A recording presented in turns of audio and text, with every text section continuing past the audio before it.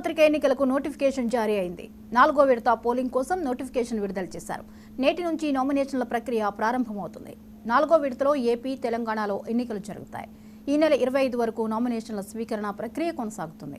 ఉదయం 11 గంటల నుంచి 3 గంటల వరకు నామినేషన్ల ప్రక్రియ జరుగుతుంది.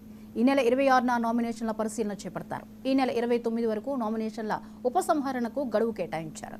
మే 13న పోలింగ్, జూన్ 4న కౌంటింగ్ జరుగుతుంది. తెలంగాణలో ఎంపీ ఎన్నికలతో పాటు సికింద్రాబాద్ కంటోన్మెంట్ అసెంబ్లీ ఉప ఎన్నిక జరగనుంది.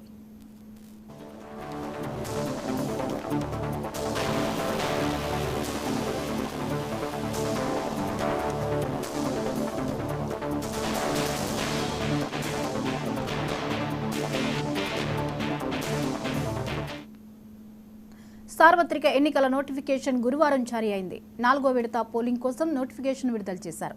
నేటి నుంచి నామినేషన్ల ప్రక్రియ ప్రారంభమవుతుంది. 4వ విడతలో ఏపీ, తెలంగాణలో ఎన్నికలు జరుగుతాయి. ఈ నెల 25 వరకు నామినేషన్ల స్వీకరణ ప్రక్రియ కొనసాగుతుంది.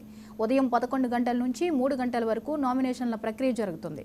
ఈ నెల 26న నామినేషన్ల పరిశీలన చేపడతారు. ఈ నెల 29 వరకు నామినేషన్ల ఉపసంహరణకు గడువు కేటాయించారు. మే 13న పోలింగ్, జూన్ 4న కౌంటింగ్ జరుగుతుంది. తెలంగాణలో ఎంపీ ఎన్నికలతో పాటు సికింద్రాబాద్ కంటోన్మెంట్ అసెంబ్లీ ఉప ఎన్నిక జరగనుంది.